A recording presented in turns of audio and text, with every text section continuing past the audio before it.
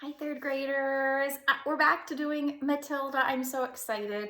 I'm going to start with page 90 if you're following along. The chapter is titled The Parents, and I'm going to read aloud for 10 to 15 minutes each day. If you choose to watch all the read alouds at once, that's fine. If you choose to follow along with me each day, that's fine as well. So let's begin with The Parents. When Miss Honey emerged from the headmistress's study, most of the children were outside in the playground.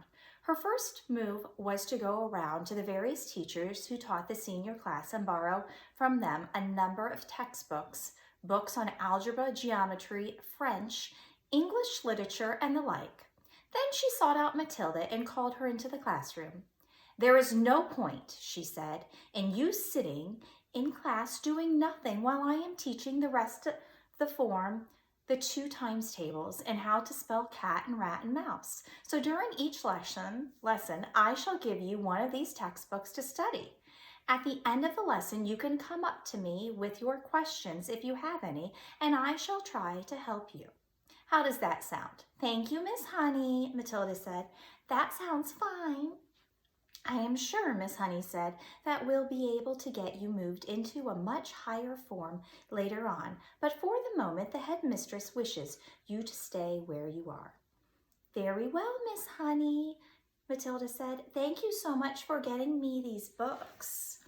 What a nice child she is, Miss Honey thought.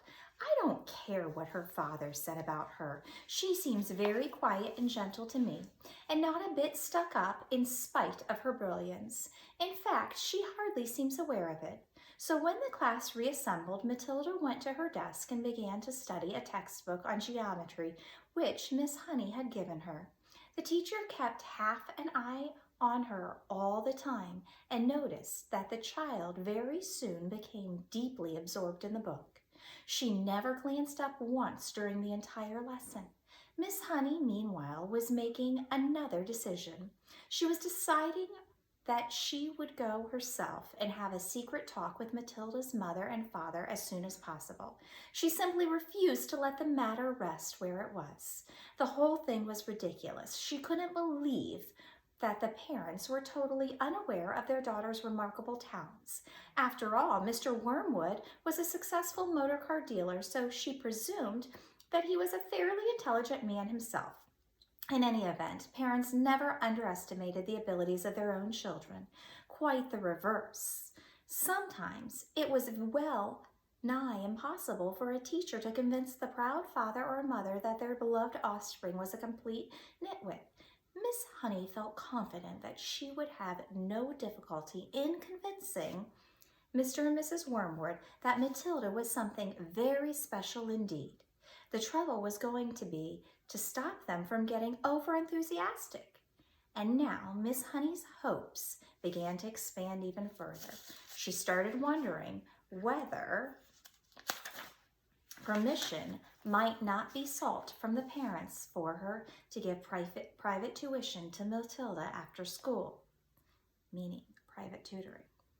The prospect of coaching a child as bright as this appealed enormously to her professional instinct as a teacher, and suddenly she decided that she would go and call on Mr. and Mrs. Wormwood that very evening. She would go fairly late, between 9 and 10 o'clock, when Matilda was sure to be in bed.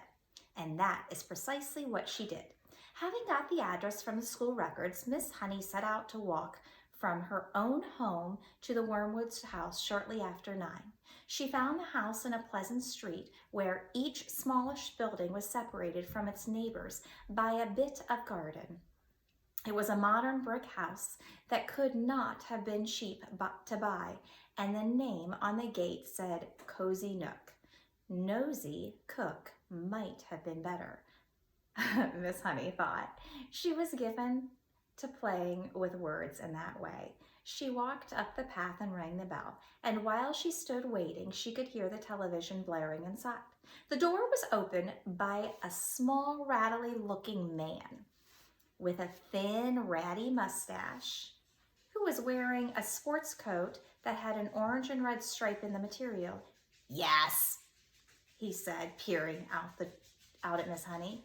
If you're selling raffle tickets, I don't want any. I'm not, Miss Honey said. Please forgive me, but for butting in on you like this. I am Matilda's, sorry, that was Bubba, teacher at school, and it is very important I have a word with you and your wife. Got into trouble already? Has she, Mr. Wormwood said, blocking the doorway. Well, she's your responsibility. From now on, you'll have to deal with her.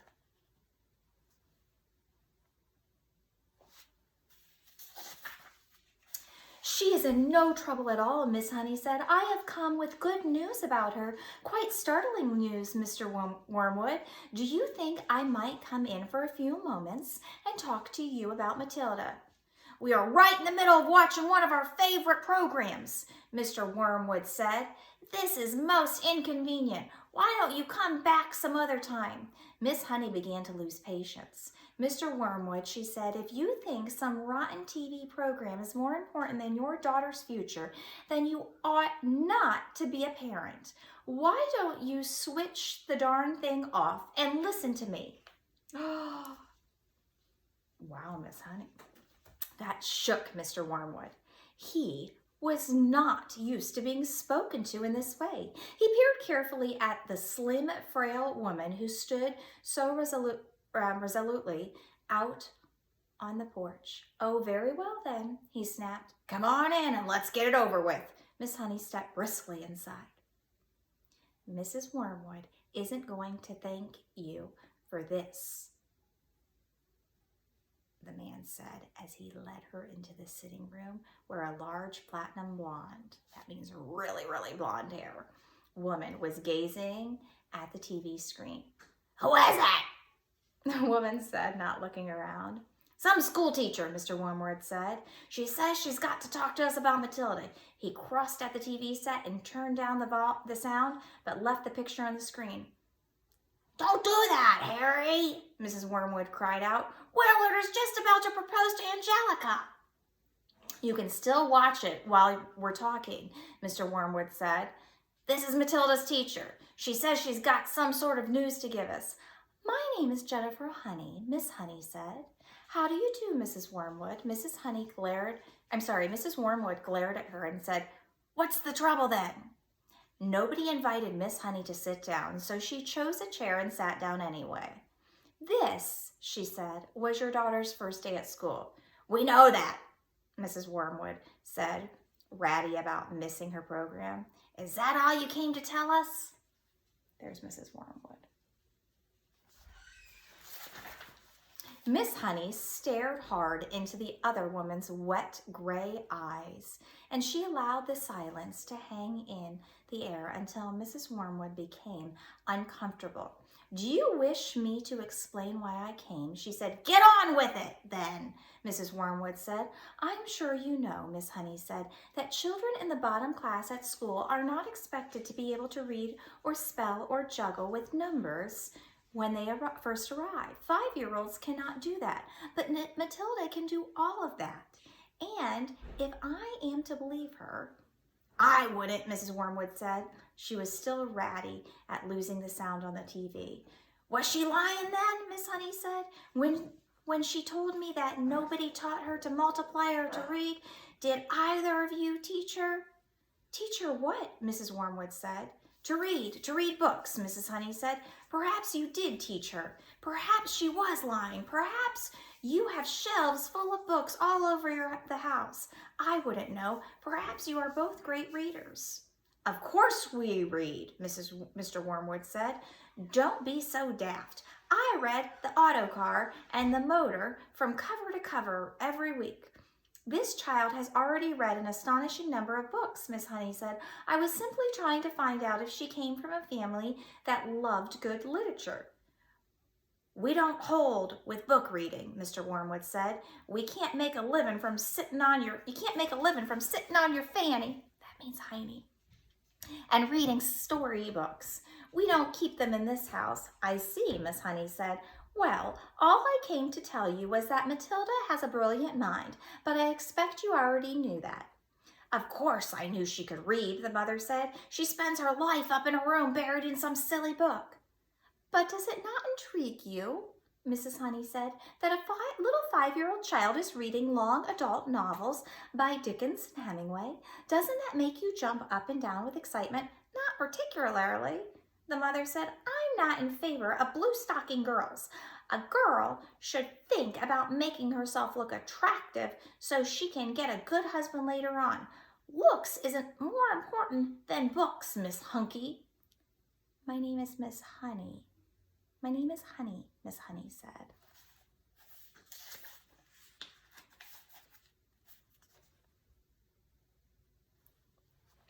Now look at me, Mrs. Wormwood said. Then look at you. You chose books. I chose looks. Oh, that was kind of neat.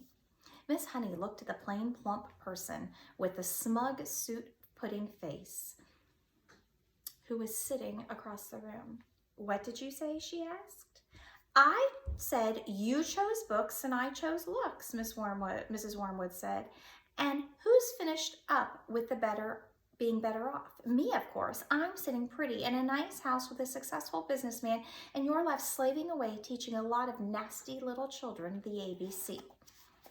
Quite right, Sugar Plum, Mr. Wormwood said, casting a look of such simpering sloppiness at his wife. It would have made a cat sick. Miss Honey decided that if she was going to get anywhere with these people, she must not lose her temper. I haven't told you all of it yet, she said. Matilda, so far as I can gather at this early stage, is also a kind of mathematical genius. She can multiply complicated figures in her head like lightning. What's the point of that when you can buy a calculator? Mr. Wormwood said. A girl doesn't get a man by being brainy, Mrs. Wormwood said. Look at that film star, for instance, she added, pointing at the silent TV screen where a female was being embraced by a craggy actor in the moonlight. You don't think she got him to do that by multiplying figures at him, do you? Not likely. And now he's going to marry her. You see, if he doesn't, and she's going to live in a mansion with a butler and lots of maids. Miss Honey could hardly believe what she was hearing. She had heard that parents like this existed all over the place and that their children turned out to be dropouts, but it was still a shock to meet a pair of them in person. Matilda's trouble, she said, trying once again, is that she is so far ahead of everyone else around her that it might be worth thinking about some kind of extra private tuition. I seriously believe that she could be brought up to university standard in 2 or 3 years with a proper coaching. University? Mr. Wormwood shouted, bouncing up in his chair. Who wants to go to university? That's like college, for heaven's sake. And all they learn there is bad habits. That's not true, Miss Honey said. If you had a heart attack this minute and had to call a doctor, that doctor would be a university graduate. If you got sued for selling someone a rotten secondhand car, you'd have to get a lawyer, and he'd be a university graduate too.